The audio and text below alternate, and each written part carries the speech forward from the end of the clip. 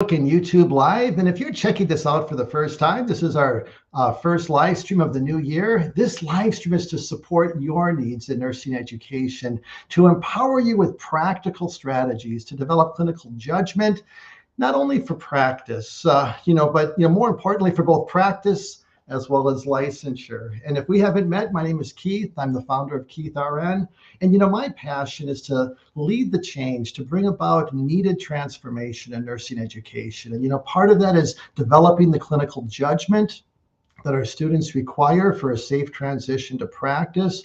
But we've also got to emphasize the caring, the compassion, the professional behaviors, and acting like a nurse. And there's a term in the literature called professional identity formation that we'll talk about and what tonight's topic is. And for tonight, I just want to welcome you that are those that are here tonight. I just want to feel free to put your name where you're coming at us in the chat so we can just kind of welcome you and say thank you for joining us tonight. As we have a really, what I would consider a crucial conversation. We're going to have a crucial conversation with RaDonda Vaught. And for those of you that know RaDonda, she was in 2017, she made a med error that unfortunately had disastrous consequences and was prosecuted criminally as a result, which was, I think, the first time that has happened in a real long time. But we're going to talk about her response, because what RaDonda did that we really need to acknowledge is that she responded with the highest levels of professional behavior and integrity when it would have been easy to have taken the easy way out. And when we look at RaDonda's story, it's like, how many of us, we're nurses, we're human, we make mistakes. And, it's kind of like, our students will make mistakes. How do we respond to that? And recognize that all of us require that same grace and mercy that we need to demonstrate and give to others. And so, I just want to acknowledge and say thank you for those that are here tonight. And I've got a great turnout. And I'm thankful for the opportunity to talk about professional behavior and what it looks like. I would like to acknowledge that I have a cohort and a co-host with me here. Maria Flores Harris is a nurse educator consultant with Keith RN. And, she has been with us the last couple months. Maria, you talked last month about valuing learning over performance, and also the month before that, talking about academic integrity and how educators contribute to sometimes the behaviors that we don't want to see in practice. And I just want to thank you for all that you do with Keith RN, and just want you to just share. I'm going to put where our prior Facebook Lives live, so that those of you that were not able to, maybe you have a colleague that you'd like to share tonight's live stream with, because it lives forever on the internet, on the YouTube channel, Think Like a Nurse, as well as the other Facebook Lives that Maria and other educators have done. And I will share that link. But Maria, why don't you just briefly highlight just what you've shared the last couple months, so that we can kind of just acknowledge your hard work and some of the and those last two topics, and just briefly summarize that for the audience. I'll be very brief because I really want to get to RaDonda. Yep. But thank you, Keith, for having me. I'm happy to be at Keith RN. And the last couple of months, we talked about academic integrity. And then we talked about how academic integrity is important just in the learning process. And that if we don't value learning over performance, if we put our complete focus on grades and scores and how we perform, that the learning is not going to come. That we need to focus on learning informative assessment. And if we do that, we lessen the pressure to cheat.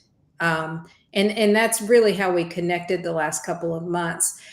And academic integrity is near and dear to my heart, because I think it's one of those subjects that we don't want to talk about. We just want to assume that people know what it means. They know what they should do. They know what they shouldn't do.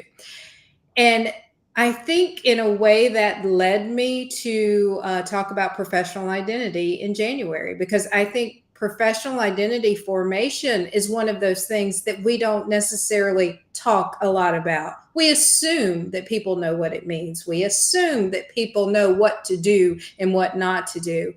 And we can't always assume that. I'm sure all of us on this call have come across nurses in practice and in education that are not good role models and that really haven't developed that professional identity as a nurse. So I'm excited about this topic this month, and I'm thrilled to have RaDonda here to tell her story. And, I would say, Maria, it's kind of like, we have to define our term real quickly. So let's define professional identity, because there's some great work that Dr. Nelda Godfrey has done on this topic for the last 5 to 6 years. And I want to really give her a shout out, as well as putting her, she has a group at the University of Kansas, as well as a national organization that has got resources that can go deeper with this topic for nurse educators. But the essence of professional identity formation is, in essence, that no one is born a nurse. It is a transformative process that requires that personal transformation, and that one doesn't learn to be a nurse. It's something you become. And we need to enculturate our students in those values, the norms, and what it means to think, feel, care, and act like a nurse. And that enculturation process is something that we must be intentional with. It's the foundation our students must possess if they're going to be safe in practice. And so that's the foundation of what professional identity is. And again, Nelda Godfrey's work, please check out the link in the work that she has done with Beth Phillips, who's now the leader of that organization, or the work that they're doing now. But Maria, kind of just, as we look at, you write the newsletter for Keith RN, you write our blog each month. What led you to kind of want to go deeper on this topic as we look at the new year? And I'm going to share the link to the newsletter that any educator can access, as well as how to sign up to get the email updates if you'd like to get those in the future. There's a lot of great information that you put together. But what led you to kind of make this your topic to kind of focus on for the new year? And then we're going to introduce RaDonda, and we're going to have a really crucial conversation. But I'd like to get your thoughts on that before we start. I think I had a hard time coming up with a topic for the new year, because I think the new year puts a lot of pressure on us to want to innovate and be new and be different and be fresh and be exciting, and you put all these pressures, or at least I do, on myself to really want to come out with something powerful for the new year. But in thinking about doing that, I started thinking about the foundation of nursing. What is foundational to nursing? What does it really mean to be a nurse? And of course, that all begins, I would even say begins and ends with our professional identity. When you think about professional identity of a nurse, you're going to see words like, moral courage and integrity and emotional intelligence and professionalism and leader, all these very positive words.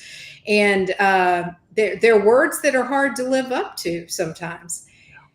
In thinking about that, though, for some reason, RaDonda Vaught's name kept coming into my mind as I was thinking about professional identity and our professional identity formation. And it took me a while. I had to, as you say, Keith, noodle on it for a while, because I couldn't figure out why RaDonda's name was coming into my head every time I started thinking about professional identity and thinking about these terms. And finally, it hit me. I followed RaDonda's story, as I'm sure many of you did. And I think I cried with RaDonda when the verdict came in. Because there were so many things that were, let's just say, emotional. But knowing what she was dealing with, and knowing that she was at least not going to have to go to prison for it, was a big relief. But I watched her from the moment that she was accused. I watched her during the trial. I watched her after the trial. I listened to interviews, and I saw a person who was acting with integrity. I saw a person who was acting with moral courage. I saw that professional identity of a nurse in RaDonda. And that's why we're talking to her tonight as we're introducing this topic of professional identity, because she showed true courage, and she showed that identity better than anybody I've ever seen. Well, Maria, without further ado, let's bring in RaDonda. And you have it. I'd like to introduce RaDonda. You know, how would you like to share, Maria? Would you like to introduce, or would you like RaDonda to introduce yourself? Well, I'm just going to say that this is about RaDonda's story, so I want RaDonda to tell her story the way that she wants to tell it. I'll just say that for all of you, that if you haven't followed her story, Keith mentioned at the very beginning that she made a medication error that resulted in the death of a patient named Charlene Murphy, and her nursing license was revoked. She was tried in criminal court. She was found guilty of abuse and negligent homicide, but she was sentenced to probation. And there was a lot more in there, obviously, but it's RaDonda's story to tell. What I do want to say is that I think for me, I want us to learn from this. All of us as nurse educators, I think there's a story to be told to our nursing students. I want RaDonda to share with her what she wants us to know. And I really want to know how she's doing now. So RaDonda, thank you. Welcome. And I'm going to turn it over to you. Thank you. I'm doing well. I appreciate that. It's been a long time coming, but I'm grateful to be here and not there anymore.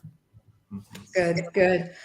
So RaDonda, if you don't mind, I'm not sure what people know, and I want you to just share the events. You can share as little or as much as you want about what happened as far as the actual event and what took place. Yeah. I mean, I'll try to be as brief as I can, because just to forewarn you, I haven't had an interview regarding this event last under an hour and a half. And that's just covering the event. And that was even, pre-criminal trial and that sort of thing. All of these were in the first year after the event, before I had all of the medical records and investigative reports, thousands of pages of documents that, led me to understand and come to know other things that I had no awareness of then. So it's a lot, but just briefly, I was working at Vanderbilt University Medical Center. I was hired there in October of 2015.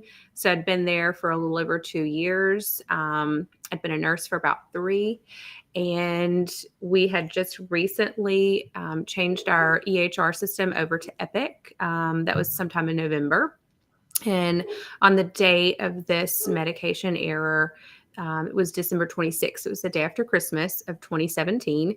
I was in my home unit. There's been some question about whether I was a float nurse or whether my role was a help all. A help all wasn't an assigned role, like you stay in that all the time. It was selected each day. You found the nurse to fit that role. You might take patients, or you might jump into that role. So it was one that I had done quite often, especially in the weeks following the Epic launch, because I was really good at helping. And so it was just kind of a role that I naturally fit into. At the same time, I also had a new nurse.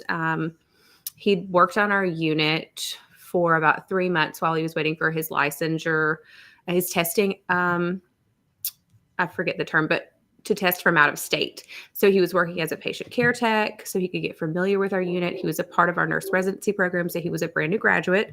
And he had chosen me to be his preceptor. So this was the third new grad that I had precepted during my time there. And we were about 3 weeks in to his orientation process. One of the requirements is to have a day following the help all. Since I was in the help all role that day and he was scheduled to orient that day, they chose to put him with me and not a backup preceptor. So, it was an average day, kind of a skeleton crew, not a lot of extra people around, not a lot of management or administration. Most of the departments were running on a lower number of staff, if you will. And so sometime in the afternoon, we were scheduled or we were called to go perform a task in the emergency department with a stroke workup patient. There were some skills that could be applied that my new grad nurse needed to practice and be checked off on. We were discussing that. And then I got the phone call from the primary nurse of Miss Murphy, who was asking me if I could also go downstairs and administer Versed to his patient that had already left the unit and was in the PET scan area, but needed something for anxiety. And she had already been given her radioactive glucose tracer and was awaiting her PET scan. So there was some time sensitive, some urgency to that. I wouldn't call it an emergent situation, but an urgent situation. He was unable to leave because he had 3 or 4 patients and was also watching his neighbors' patients while they were either off the unit or at lunch or on break. And so I was unable to find the drug listed in the medication dispensing cabinet. I searched under her profile drugs. So you have options there. You have scheduled drugs, PRN drugs, stat drugs, all of those different ways you can search for things profile to a patient. And your 4th option is to override if you can't find it there. This was quite common that we would have to override drugs after the Epic launch. That's a vast amount of technology, and anyone who works in information technology can understand the complications of writing a piece of software like that. This is a huge undertaking, and Vanderbilt has 20, 25,000, maybe more employees. It's the single largest private employer in the state of Tennessee. It's a big undertaking to put this everywhere. So we were working through these challenges, communication issues that weren't allowing our orders to populate in our medication dispensing cabinet in a timely manner. I looked for the drug. I couldn't find it. I called him back to ask him if it was a verbal order, if he had put it in, if the physician had put it in. He said the physician put it in. He's already acknowledged it. It's there. I went to an empty room, acknowledged that it was there, found it in the MAR, wrote it down on a lab bag, grabbed some things that I would need, grabbed a sticker with the patient's information on it from our person at the front desk because I didn't know anything about this patient. I needed something to verify her information with. Stuck that on a yellow sticky note, put it on my badge, went back, looked again under her profile drugs, still nothing there. And then I selected the override. And there's been several different statements that have said that I just searched the word VE or that I was just looking for Versed and couldn't find it. Both of those things are incorrect. I looked under all of her profile drugs. Versed wasn't there, Versed or midazolam. It's going to show up both ways under profile medications. And there was nothing under her stat or PRN drugs for that. So when I went to override, the way the system was set up at the time was you had to choose between generic and brand. The default tab was generic. I think that has since changed. And there are some things in the pharmacy world and the med safety world that they've looked at to sort of merge those together. The other thing was they said that I just typed in the word or the letters VE, which is incorrect. And even in my incident report, when I finally was able to look at that, everything that I typed out, I mean, I would have typed Versed. There's no way that I would have only typed 2 letters. That doesn't really make sense. So in looking for this, I don't know why something comes up as a match when you only have when you're typing in letters and you only get 2 of them. That doesn't make sense to me how that happened.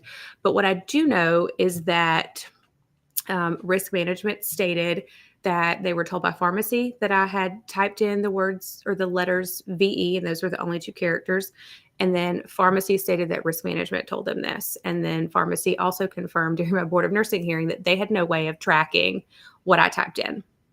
So where this come up, I'm not sure where that came about, but I typed in the word Versed, having a conversation with my nursing student or my preceptee, regarding the test we were doing, selected the first thing that I was on the list because I had typed in Versed, so as a confirmation bias action without looking to make sure. I selected the drug. There were no alarms or alerts on the medication dispensing cabinet that you would normally get, like you would see with a paralytic. And I think most of us are all familiar with that in some form, no matter what EHR you're using or what med dispensing cabinet. There are some things you have to go through to withdraw a paralytic. There's some generic statements. None of those things were there. There was no requirement for a second person to verify that this was a paralytic drug, or like things that you would see in like a high alert, an extremely high alert type of drug, such as this one that carries grave consequences. None of that was there. And so ultimately I retrieved the drug from the drawer that opened. We went about our way downstairs. I was unfamiliar with PET scan. It's part of the radiology department that I'd never been to before. I asked for some directions on the way down through the ER, found some new parts of the ER that I didn't know existed. The pits of ER is not my thing, but I was like, oh my gosh, there's more of this, get me out of here. We went through the ER, we found PET scan. Again, day after Christmas, it's kind of a skeleton group of people. There was no one around when I went into the department. I only recognized that this was our patient from our unit because of the type of bed she was on. And it says 6T3, which is Tower 3, the critical care tower, 6th floor. 6T3 was, our unit, the neurosurgical ICU. And I recognized the type of bed because it has a motor function that will drive itself as long as it's been charged to make transportation of these patients easier, because they're also oftentimes coming with a lot of things with them. So I recognized this must have been our patient. She was in a corridor between two sets of double doors, sitting on the right-hand side, lying on her bed. The back of the bed was facing us, so her feet were facing away. I approached her. Her eyes were closed. I told her who I was. I confirmed who she was. We checked information from her armband. She told me her name. And then I looked around. I told her, I'm here to give you some medication for your anxiety. Looked around for a place to scan. I walked into a couple of rooms that were around there. They just look like small, sort of almost doctor's office rooms, not very large, but I didn't see anything. And then when I come out of maybe the second room, a tech approached from the opposite set of double doors from the nuclear med area. I told her who I was, that I was here to give her the medication. I asked if they had a scanner available, and she said, no, they don't have any of those down in the radiology department. There are no scanners. So at that point, I reconstituted this medication, which was in a powder form. Again, that should have been a red alert, which is something that many people have commented on. And I'll speak to that. We'd had a number of drugs that the formularies had changed, brands had changed, completely different presentation of these drugs that we've been using for a long time. Somewhere around September, October of 2017, when one of the hurricanes went through Puerto Rico and destroyed a couple of the drug manufacturing facilities. And so, being in the critical care, we use a lot of different kind of drugs and we go through them. So it was not uncommon at that time for you to open up a drawer in your medication cabinet and see two very different looking things there. They would be the same drug, but it might be different vial, different brands, different types of concentration. Things were very different. Again, that should have been a red flag. That should have been something I noticed. But because of the last 3 months of knowing this and utilizing drugs in different forms and fashions and new things showing up, maybe being out of my area of normal, it didn't click. It didn't click that I needed to stop and pause and double check that. It should have, but it didn't. It wasn't enough to stop me at that point.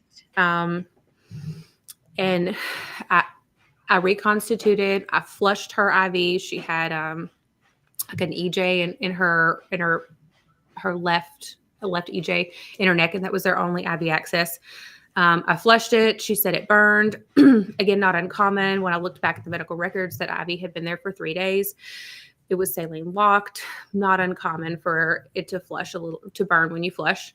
It did not burn when I administered the medication, which is what the DA painted the picture of. Flushed, give her 1 ml, which the concentration was 1 milligram per 1 ml when it's reconstituted with a 10 ml syringe, which it was. Flushed again. The patient was, lying in her bed. The tech was standing at the end of her bed, waiting to take her away. In the meantime, I guess I'll flat forward a little bit. I didn't find out until the trial 4 years later that there had been multiple conversations between the nuclear med techs and the primary nurse about the patient needing monitoring. I had asked Ethan, if not twice, at least once, but I think the second time I called him, I asked him again if she needed to be monitored. Now, the physician wrote orders for this patient to be off the floor, unmonitored, without a nurse for this procedure, specifically in lieu of this procedure. And I had even had conversations with Ethan, do we need to monitor her? No, she doesn't need to be monitored. Unbeknownst to me, the nuclear med folks were also concerned that she would need to be monitored after receiving Versed. I wasn't aware of any of this. There were multiple conversations between a nurse in interventional radiology, between the primary nurse, even with somewhere along the way, I think with the physician who wrote the order. I was unaware of these things. The primary nurse was a young male. My preceptee was a young male. So when I showed up, again, unaware of these things until trial, the nuclear med tech thought that the male who was with me was the primary nurse and was apparently confused as to why I was there giving the medication to this patient. I was not aware of that. I didn't pick up on that through our interactions. But all of these things are happening in the background that I'm not aware of until years later. Ultimately, I give the patient the medication. My assumption is that she's taking her to put her directly in the scan because I knew it had been probably at least 20 minutes at this point since I'd first gotten the call, and probably 10 or so before that they'd been working to get her something after she'd already received her tracer. And I think you have 45 minutes to an hour to get the patient in the scanner. So I knew that time was ticking, and they'd already talked about potentially rescheduling. They'd actually scheduled a transport agent to come and pick Miss Murphy back up and take her back up to the critical care room where she was, or to the 6th floor where her room was, because they thought that she wasn't going to get the medication in time. That's the person that found her ultimately. The transport agent that showed up to take her back upstairs found her about 15 to 20 minutes later, which is when the rapid response was called. By that time, I was already through the ER. Our patient wasn't there. He was also in a CT scan. So we left my number with him, went back upstairs. I went back to Ethan, which is the primary nurse, to give him the bag of medication. I knew that, this is a controlled substance, essentially something that pharmacy is going to want to know where the rest of it went. I also knew that I hadn't had a chance to chart it. So we needed to be able to document the administration of the drug, which required the patient, because the armband is specific. With Epic, it knows if you just pull a sticker off or if you're using the armband. And so, you get a ding for that. They were very adamant about you scanning the patient itself, and it would know. So the patient had to be present. You had to have a scanner available. You had to have a drug available, and I had to be available. So all 4 of those things had to be present at the same time in order for me to document the administration of this drug. Knowing that I could be in and out of other patients' rooms and it might be a while before she returned, I didn't feel comfortable carrying this around on me. There's 36 rooms, 36 patients. I didn't want to roll in and out of a room. So I left it with him. He had a cabinet in the room. He could lock it in. He could let me know when they returned. While I'm having this conversation, I also carried an iMobile, like an iPhone, and then a really large, do you ever see like volunteer fire department people carry that really loud radio phone around? It goes off like, yep, the bejesus out of you. One of those. Okay. It was Life Flight. It was the Life Flight phone, which we would get things coming in, rapid responses throughout the hospital. Anytime Life Flight Dispatch had an alert for us internally in the hospital. All of that came over. So this alert comes up, rapid response, PET scan, that's all it says. Her family members are standing outside in the hallway talking with the case management people. I'm talking with her primary nurse. We're all standing there. We all hear it. They're concerned because they know their patient or their family members at PET scan. The primary nurse tries to call PET scan. He gets no answer. I tried. I get no answer. I tell them, if I can't get an answer, if we can't get in touch with them, I will walk downstairs and make sure that this is, not your family member, and I'll get you an update, because you don't want to sit and wait, wondering what could potentially happen. My next stop was at our charge nurse. I told her what was happening and the alert, and knowing that if this was potentially our patient, which likely possibility that it could be, we would need to prepare a critical care bed for them after some sort of rapid response event, because she was in a step down bed. So she and I both walked downstairs. We did find, in fact, that it was Miss Murphy. The critical care anesthesiologist from our unit had already responded to the call. He was down there. The patient had been intubated. They had, ROSC had been established. They were working on getting her stable enough to transfer her back upstairs. We assisted with that. It took about an hour in her room afterwards. We put in several central lines, put her on the ventilator, drew several sets of labs, gave some medications. And about an hour into this, I had drawn a second or third set of labs, and I was taking those out of the room to send downstairs. And I was at the tube station to send that to lab, which is directly across from Miss Murphy's room. At the time that I was putting the medication or the labs into the tube system, Ethan approached me, which is the primary nurse, and he held up the bag, the lab bag, which had the medication and other things in it. And he said, is this what you give the patient? And I looked at it and I was like, yes, that's what I gave her. He said, it's not Versed. I said, what is it? He said, it's vecuronium. We both knew, I knew that this was bad. There's no question about it. I asked him, can you please take this and give it to the charge nurse? Take that and give it to the charge nurse. I sent the labs. I turned right back around and walked right back into Miss Murphy's room. At that point, we had finished the stabilization process and we were waiting. The physicians were trying to figure out what could have been the cause of this response event. Was it a cardiac event? Was it a respiratory event? She had been admitted for a subdural hematoma, which is they believed to be related potentially to a metastatic process. She'd had a history of lung cancer. Lung to brain is a very common metastatic process. And it's very common for bleeding to occur where tumors or masses are present that are putting pressure on those vessels.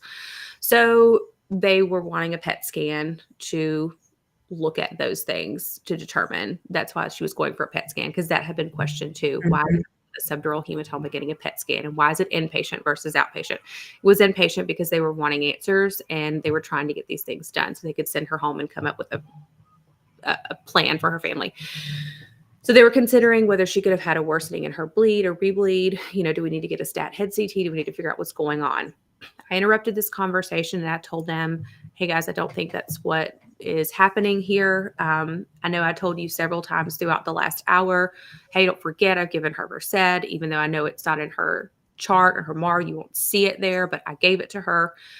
I didn't give her Versed, I gave her vecuronium. The room was quiet. There was a nurse practitioner on our unit who was there. She was part of our neurocritical care team. She looked at me and she was like, I'm so sorry. We all knew what that meant, that things were not very good. This was the potential to be a very bad outcome for this patient. At that point, I excused myself.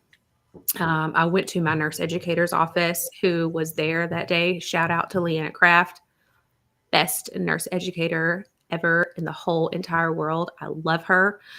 Mad respect for that woman. She kind of consoled me. I didn't know what I needed to do at that point. I didn't know, you know, I was not okay. I was not okay. Can I ask you a question, interrupt and ask you a question there? Yeah.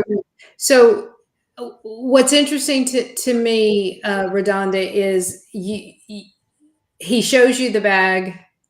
You realize that you've given potentially at that point you already knew there was potentially a deadly medication. Yet you immediately went into the room to tell everybody that this is probably what happened. Yeah. What was guiding you there? Nothing. That's just what you're supposed to do. I mean, honestly, like I didn't even think about it. There wasn't an option to do anything else. Okay. There wasn't an option to do anything else. Okay. I didn't want to be a nurse. Like that wasn't something I always dreamed of being. My mom worked other jobs in the hospital, non-clinical roles. And I just thought, it's a cool place to wander around. I'd go through the revolving door in the x-ray department because I thought the black room was super cool. I would go and help them wrap the stuff in like central processing where they would sterilize things. It was like wrapping up Christmas presents and putting the cool tape on there to see if it would change colors when it come out. Things like that. But I never, had any interaction with patients. It was cold. It smelled funny. The food was bad. People always said, you should be a nurse when you grow up. And listen, this is me from South Alabama, so don't judge. But I always said, I don't know what I'm going to be when I grow up, but I don't never want to be no nurse. Okay. And what you wish for. No, so this is perfect. Who I am. It wasn't because like that was something that nursing school necessarily taught me, although you are taught, to be professional and to do the right thing. And our program was very good about, professionalism and holding us to standards. And a lot of our clinicals were at Vanderbilt. So there was a certain level of professionalism and a standard that could come along with that. But I wouldn't have thought to have done anything else except for just to go in and tell the truth, because my goal as a nurse, when I took that role on, was to take care of people like I would want my grandmother to be taken care of. That's your personal and professional identity there. I mean, to me, it's just it's a combination of who you are as a person and who you are as a nurse. Yeah, absolutely. And that's why I asked that question, because I mean, you weren't necessarily guided. No, you were just like, there was no option. This is what you do. And I love that answer. There was no one standing over my shoulder. There was no one telling me what to do. I did these things on my own accord. I told him, take that to the charge nurse. I told the team, I excused myself. I knew that I didn't need to be anywhere in the unit. And I told my orientee, you're going to go follow this nurse. And that's it. Like, I excused myself after that. There was no place for me to be on that unit at that time. So we're going to kind of go backwards and then we'll move forwards, because I want to know how you did become a nurse, because you didn't want to, but you became one. So something happened. So I had taken various different classes, college classes on and off. I really liked genetics. I took several genetics classes, like all kinds of advanced genetics classes. I was fascinated. I thought maybe I wanted to be a genetic counselor, but we didn't have a program anywhere close for that. So then I thought, okay, my husband's very rational. Like, let's think about a smart thing, like something you could like to do that would also make a good income and it would be stable, career. It's like, well, what about ophthalmology? Eyeballs, that's cool. And then I took trigonometry, and that was the proudest C I've ever made in my life. And I said, no, thank you. That is not for me. At that point, we had moved to where we live now. So I had transitioned from Clarksville to Western Kentucky University in Bowling Green, Kentucky. And I was just taking these classes. I didn't really know what I wanted to do. I was just kind of feeling it out. I sat down and I talked with my advisor, and she said, you need about 3 classes to apply for the BSN program. And I was like, Okay. So I come home and I talk to my husband about it. This is what he says to me. Oh my God, you should definitely do that. You get to wear pajamas to work and you only have to work 3 days a week and you'll never not have a job. That was all it took. May I say that sounds like a typical male response? Yeah, that's you get to wear pajamas to work every day. You only work 3 days a week and you will always have a job. You will always be able to find a job. And I was like, you know what? Okay, I'll give this a try. And it wasn't until my second semester in nursing school, maybe my third semester in nursing school. Third semester, first day of med-surg 2 clinicals. My first rotation was in the OR. I was ecstatic about it. I'd already been told, eat breakfast, don't get near anyone, don't pass out, stand against the wall, pretend like you're not there. And I was like, not doing that. So I ate my breakfast. I did what I was supposed to do. I showed up and I was like, they're playing music. This is all great. They've got power tools out here. And like the smell of burning flesh did not bother me. They were doing a hip replacement on this 80-something-year-old human.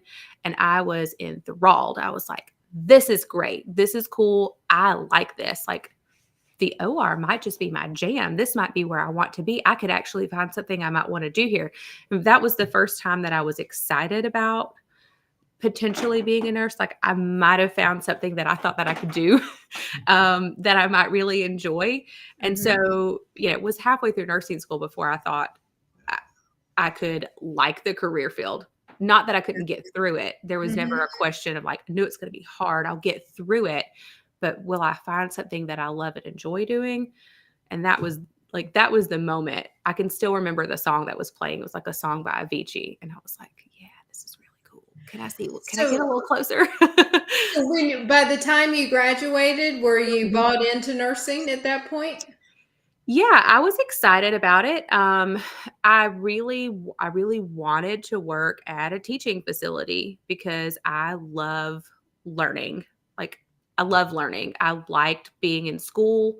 I didn't necessarily love like the online portion of some things, but if I could be in it and learning it, oh yeah, like I was excited about it. I didn't get hired at Vanderbilt right away because their pool of applicants is enormous. And in order to get hired as a new graduate at their facility, you have to be in their nurse residency program. And they only take a few hundred applicants, or a few hundred positions are available at each hiring season after the graduation. So I didn't need it, but I set my goal of, within a year, I would get my year's experience. I would find something and then I would move on. I would try to move into a role there, which I was able to do.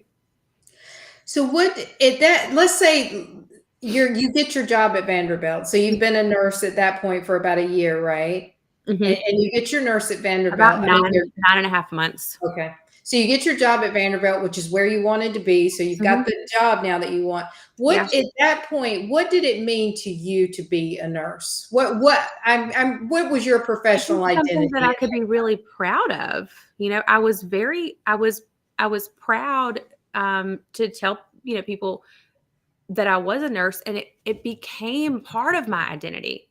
It didn't just become like a professional identity. It became a part of who I was and how I identified. I'm a wife. We got a farm. I'm a nurse.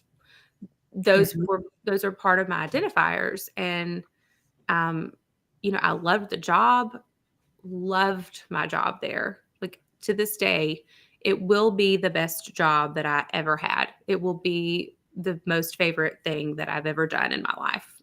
I enjoyed it that much. And I knew, like, when I was there, once I got comfortable, this is the place where I was meant to be. There's something that's fulfilled inside of you that you don't maybe necessarily know until you've done it or you get there. And I think that when it identifies with you within your core, it becomes very easy to recognize, like, not even recognize, but it just meshes with you. Does that make sense? Absolutely. I think it makes sense to every one of us as a nurse. Yeah. Um, I know there's so much more that happened after that. I'm going to Mhm. summarize a little bit and Yes, then go for it. hand it over to you. I mean, you basically were let go from Vanderbilt after that, Mhm. and there were no other consequences, right, at that point. When I was Um, let go, I was given a notice to the Board of Nursing. So I was okay, terminated. They told me a couple of things. You can go work as a nurse, you just can't work here. You've been reported to the Board of Nursing for being terminated as a result of failure to follow, the medication administration process. You'll hear from them. It'll be several months. And that was pretty much it. And that was in January the 3rd of 2018. So it was about a week after that they terminated me. And then it was late August of 2018 before I ever heard from the Board of Nursing. and when you heard from them at that point, they said that they had found really no wrongdoing, and you could So I interviewed with continue. them. A lady, a nurse investigator by the name, I think it was Maria Randolph. I interviewed with her for almost 2 hours. It was a recorded interview. At the end of that, she told me that it would be a while before I heard anything from them.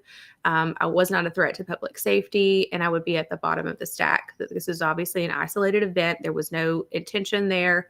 Um, you know, we have legitimate threats that we need to worry about first. Right. Verbatim, you're going to be at the bottom of the stack. It's going to be a little bit. And then about, I think it was October 23rd, 2018, the letter was dated that came to me from the Department of Health stating that a representative of the Board of Nursing and that the general counsel for the Office of Investigations Department of Health had reviewed the case, that they were not going to take any action against me, that there was going to be no record of my nursing license. Thank you for your participation. Consider this matter resolved. Okay. So resolved. And then we fast forward to the someone notifying the Tennessee Board of Nursing, correct?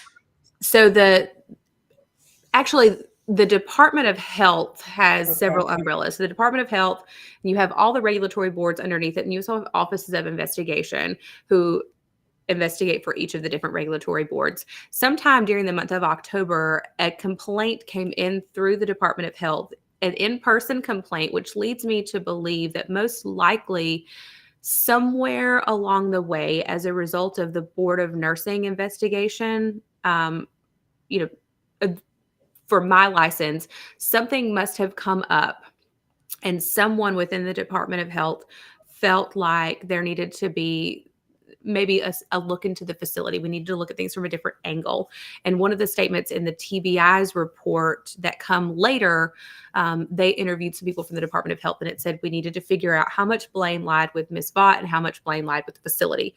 So I don't believe that it was someone from Vanderbilt. I don't believe it was Ms. Murphy's family. I believe that it was an internal checkbox action within the Department of Health. They must have saw something that they believe they needed to look into further, and as a result went to look at the facility. When they looked at the facility, what they found were several things were not done correctly. That there was no record of the drug administration. There was nothing about her receiving this medication in the coroner's report or had been reported to the medical examiner in Davidson County. The death hadn't been reported properly to the Social Security Administration, I guess, as a result of that, and that there was no corrective action plan filed. Like the facility has a legal obligation per CMS for receiving their funding to file a report saying that we understand that we've found these things and this is our action plan to correct it.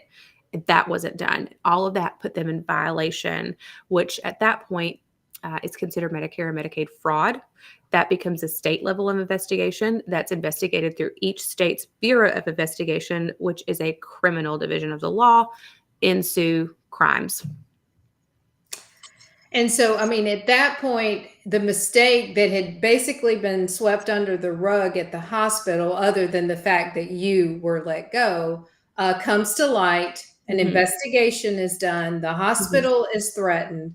And Mm-hmm. then we get the criminal charges that, Mhm. that are brought against you. And so I'm gonna I know we're running low on time, but I want you to tell us a little bit about the criminal charges, the trial. You don't have to get into a lot of specifics, but what I want to get at is that what happened to you was unprecedented. Normally, medical mistakes Mhm. are handled in-house.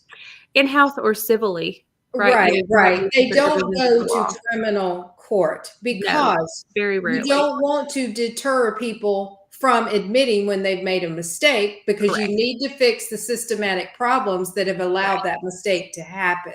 Mhm. And so it didn't happen here. You do go to criminal court. Mhm. And yet this is again where I think you're not thinking about how you act. You just acted. You did what you needed to do. You fessed up. You said, I made the mistake. I caused Yeah. this horrible thing to happen. Mhm. I'll I did face that the multiple times consequences. So to tell us. multiple people, Yeah. throughout the course of, talking to all of these different investigators. I never hired an attorney until the day I walked out of jail. That's when I thought, "Oh god, I need an attorney. Shit just got real. I need to protect myself because I'm in a world of things I don't understand right now." Up until then, I had had multiple conversations with investigators and always been very upfront and transparent with them. And I could have tried to settle either one of those things. The Board of Nursing, which is the administrative law, I could have tried to settle that outside of going in front of a public hearing. I could have tried to settle the criminal case outside instead of going to a trial. But I was tired of telling the truth behind closed doors.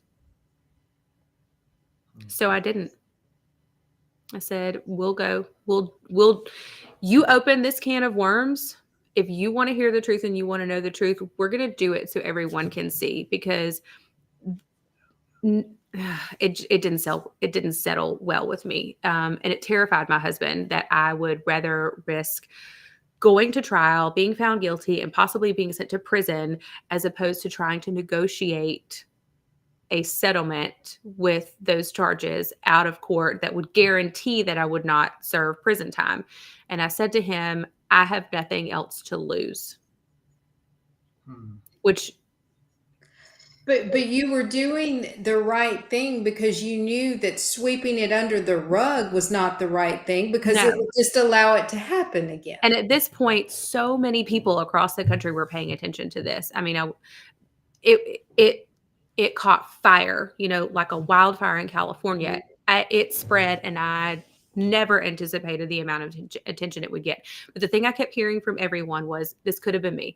This could have been me. This could have been me." I have boxes and boxes and boxes of letters Absolutely. and emails from people telling me their stories, all of this support that was showing up. And I thought, "Oh my God, like these people they have sent money, they have donated to my attorneys, they have done all of these things. And it's because they see me in them, they see themselves in me, etc." And so it became not just about me anymore. It needed to be done and it needed to be said, because I'm like, gosh, well, when are we going to, hopefully we don't have another opportunity for something like this, but I can't be the person that goes down and just doesn't try to fight back for what is right. This is not right. And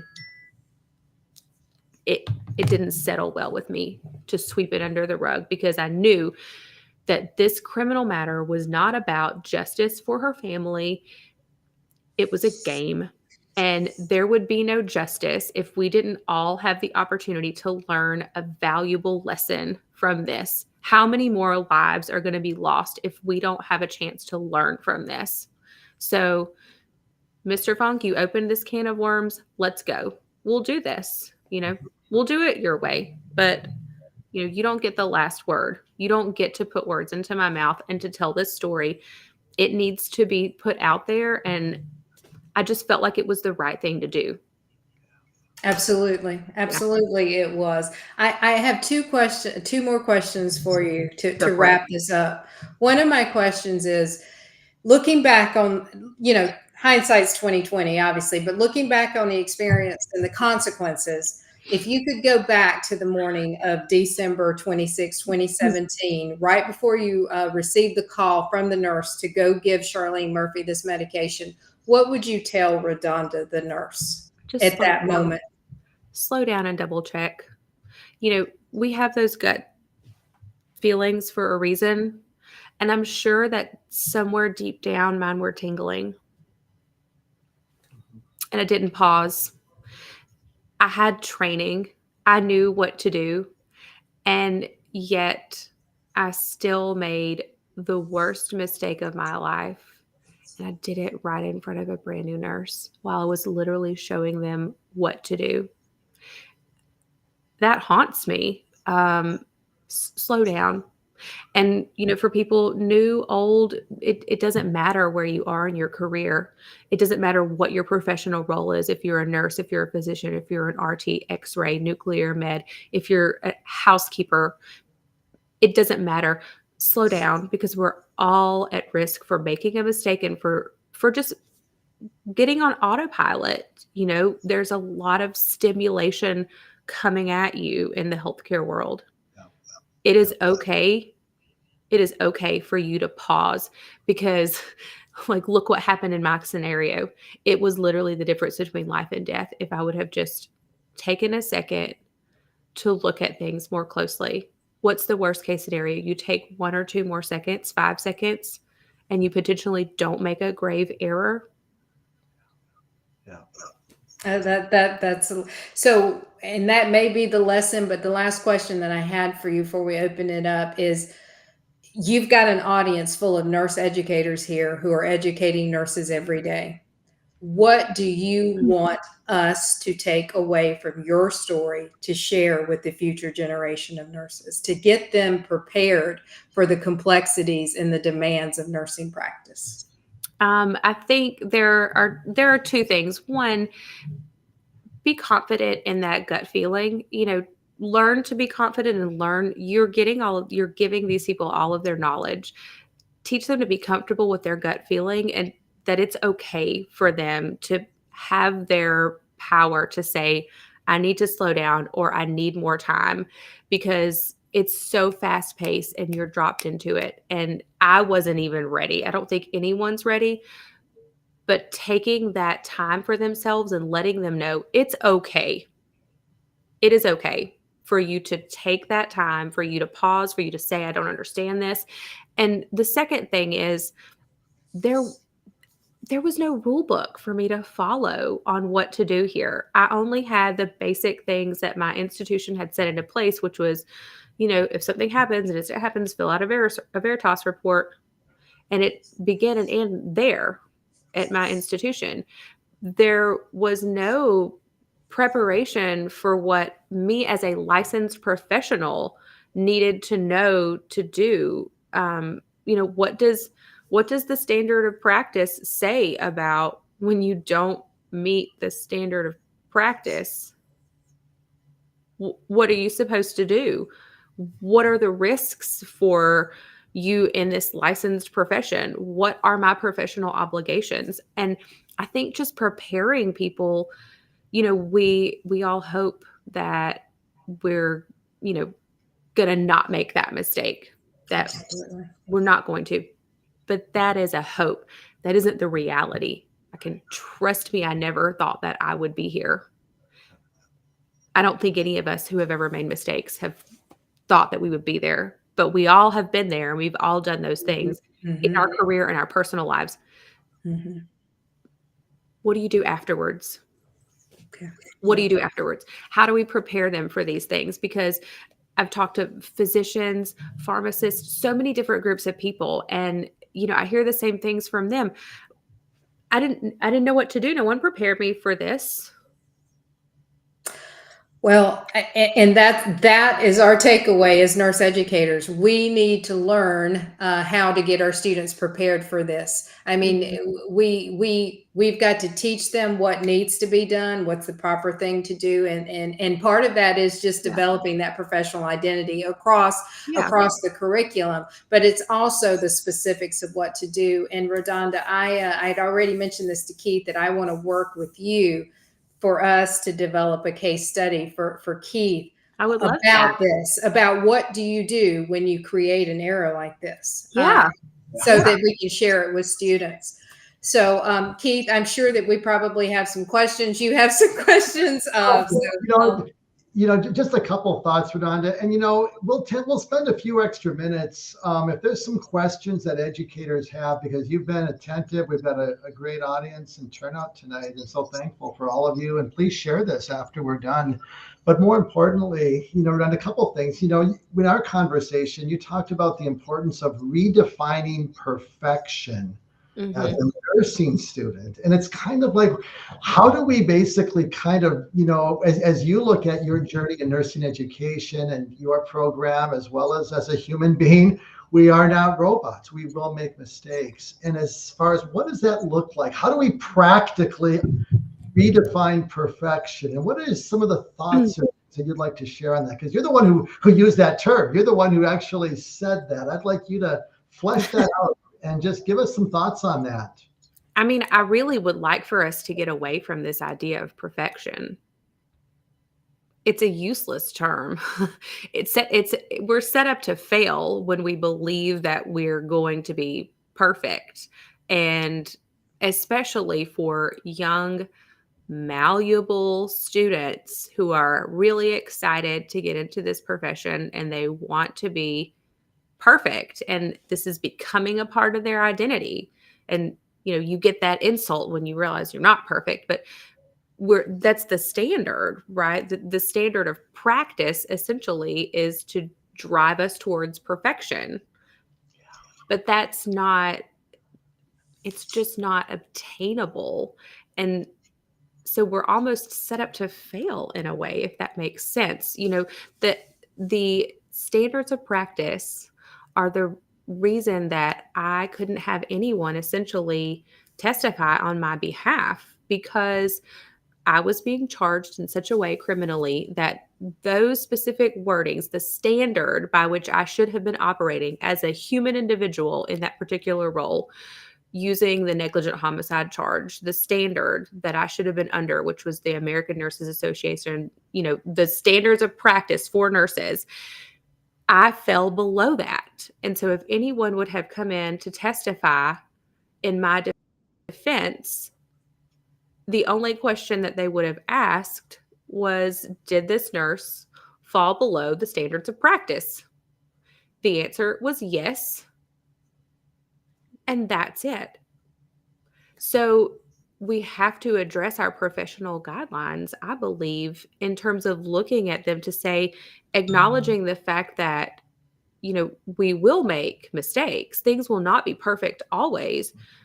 As a profession, what do we need to do to ensure that we are doing the right thing afterwards? And, how do we move that conversation forward? Because what resonates with me, RaDonda, is this thought is that you're absolutely right. We cannot be perfect in our, in what we do because we're human, but this is where we can be perfect in. And this is what you demonstrated, is you can be perfect in your motivation, in your integrity, in the values that are going to guide you, regardless of what may.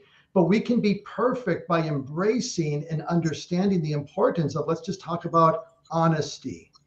Yeah, absolutely. And those character traits that are foundational to the nursing profession must be lived out. And that's where we can be perfect. That's a doable perfection. Yeah. If we live. That's a doable. That's absolutely. That's something that's obtainable. You have control of those things. When something happens, you have a choice at every single action. An outcome happens. Okay. You have a choice of what you can do and how you can move forward after that. You have a choice of how you can conduct yourself. You have a choice of what you can say. You have a choice of what you're going to do. And so instilling people with the confidence to say, I can step forward. I can walk into a room of interdisciplinary people in positions of authority and tell them that I have made a grave error. I can go and fill out the incident report and be honest. I can interview with all these people. I can tell them the right thing to do. unfortunately, my example,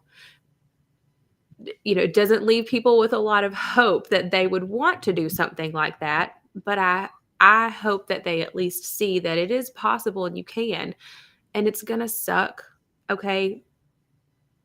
But it's the right thing to do and you'll feel better about it in the end.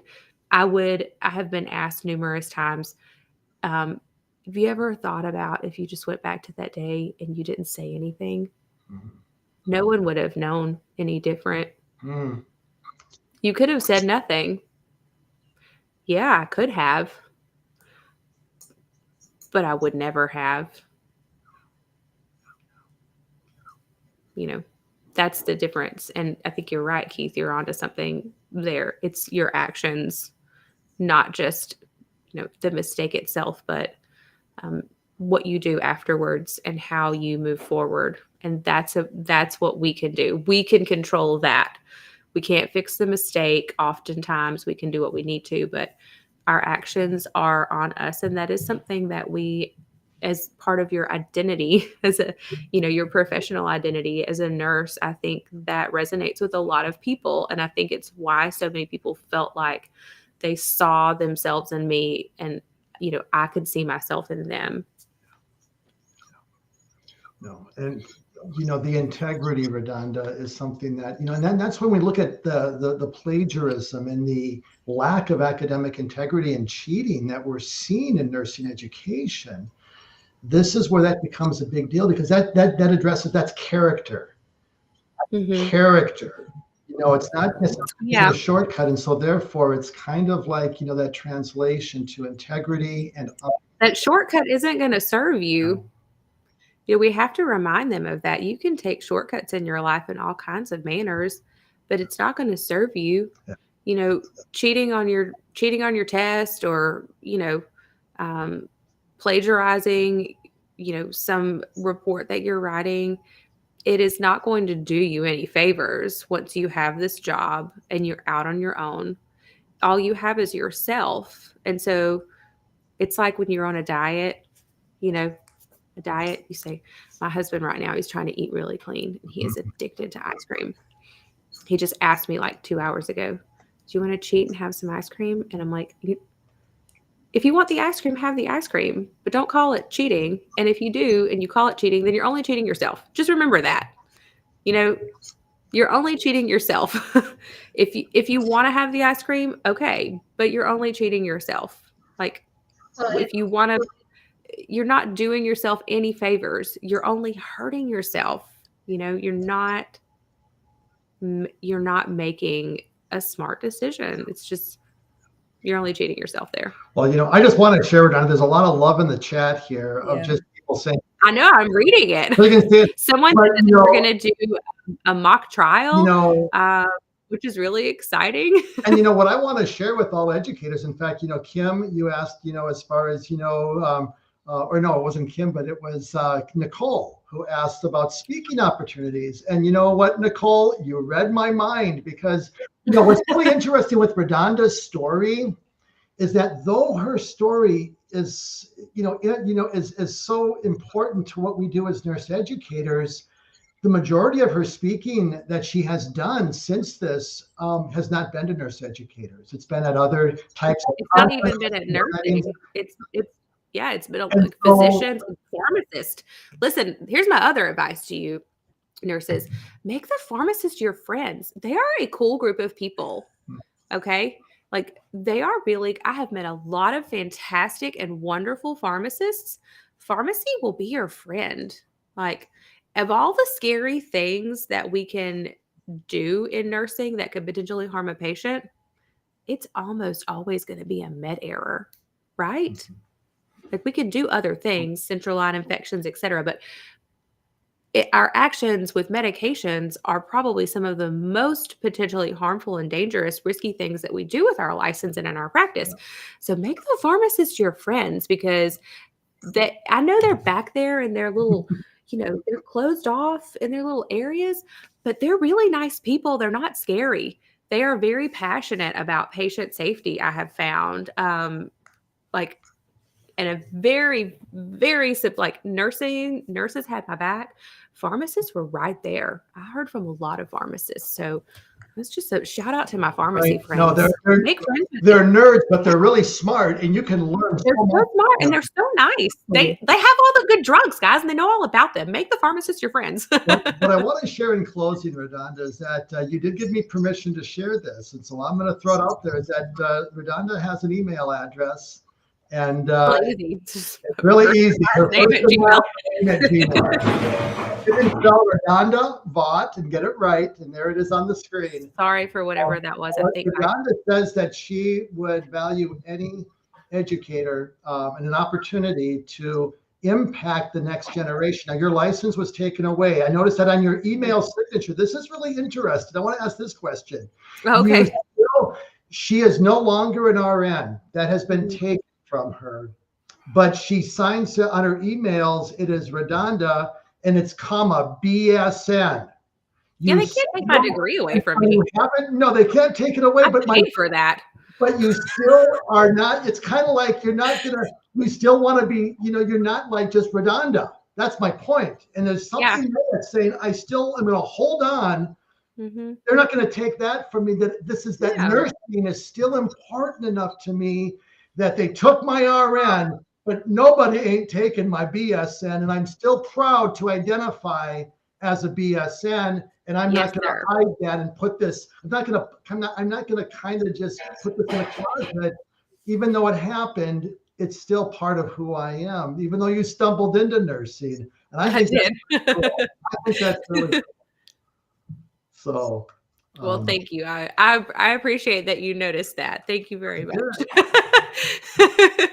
And so, I just want to share that, RaDonda has got, her email address. Feel free to reach out to her.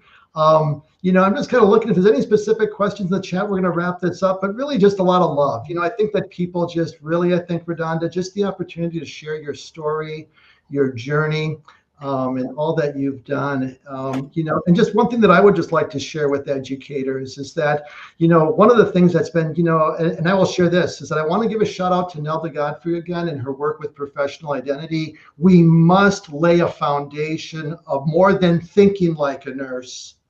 That's been our focus with Next Gen for the last 3 years. Think like a nurse. I mean, I've got, I've made that my mantra as well, but we must balance it with caring like a nurse and acting like a nurse. And that caring behavior that professional identity represents, and the ethics and the values of our profession must be intentional in our curriculum, not just expected to be caught. So I really want to challenge nurse educators. How are we teaching the values in our profession that are foundational and really influence the essence of RaDonda's story?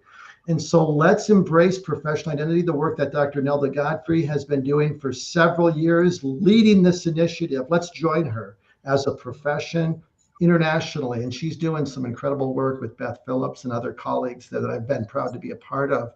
And so please just be a part of that. And the other thing I want to share is kind of my giveaway to all of you as educators is that, I have a membership platform for educators called Think Like a Nurse. And I just want you to know that I've got a document that Maria and myself have updated on developing a student contract for professional identity. It's been my passion for years to help educators make that intentional, the importance of the values of our profession, of caring. And this is just a document that you have my consent to use. It's a PDF, 3-page document that captures the essence of the values that we want to hold our students accountable to. So it's a contract. So it's my hope that this can be a resource, that can be a solution that educators can use to, again, be part of the needed change to transform our profession, not just the clinical judgment, but the values and the ethics that our students must embrace to develop this identity of becoming a nurse, not just something that they do. And so, RaDonda, thank you for all that you continue to do to really kind of, make this opportunity possible. And I know that educators were touched, and they're going to touch their classrooms. And I hope and pray that God continues to open doors for you to be a light that shines in the darkness. And we're a profession in crisis, but you're an example also We are a profession in crisis. when we walk in that integrity and walk in that light. So thank you. Well, thank you for having me. I appreciate this. And Maria, it was so nice to meet you. And Thank I'm you, really glad that we RaDonda. were Sincere thank you. And it Sincere was a thank you pleasure. guys. What's that? A sincerely thank you to you guys. It's been a pleasure. Yes, it has, RaDonda. And we will be in touch. And we look forward to developing some resources and other things that can help serve the needs of educators. And, it's kind of like using your story for good, making a difference and learning from it, because we all, are just one mistake away from something catastrophic. By the grace of God, go each of us. And, Yes. that's where I think that resonates with just, we all recognize we've all made mistakes. We've made meta errors in practice, but fortunately not all of us, have those kinds of consequences and what you've walked through. And it's been painful, but we're with you and support you. And thank you again for all that you've done. Well, I appreciate that. I really was hopeful throughout the course of the last several years that something positive could come at the end of all of this, because it just seemed like a closed door at every turn. Yeah. But those opportunities are coming now. And I think that I can do some minor, improvements, maybe bring a little bit of light to some of this, and in some way, pay respects to someone whose life was lost in a really tragic way by helping share, that story with people who can in turn use it in their practice to make a difference. And so far, what I've seen from, thousands of people that I have talked to is that people really have paid attention, and they've looked, and they've taken it upon themselves to see where they're at risk and make changes. And, that I'm very inspired and humbled by that. Yeah. And you are making a difference. And, that's the passionate thing that drives every nurse and every nurse educator. We want to make a difference. And even though it was kind of a backwards way, RaDonda, you're making a difference. And thank you. Very much so. All right. Well, listen, we'll wrap this up. We will be back with another Facebook Live topic next February 8th at 7 p.m., same time. And so until then, our topic's yet to be determined, but we'll be in touch. And RaDonda, we'll continue to stay in touch. And I don't think we're done yet. Absolutely. Because this is too big and too important. And I think we'll continue the journey together. Okay? Sounds great.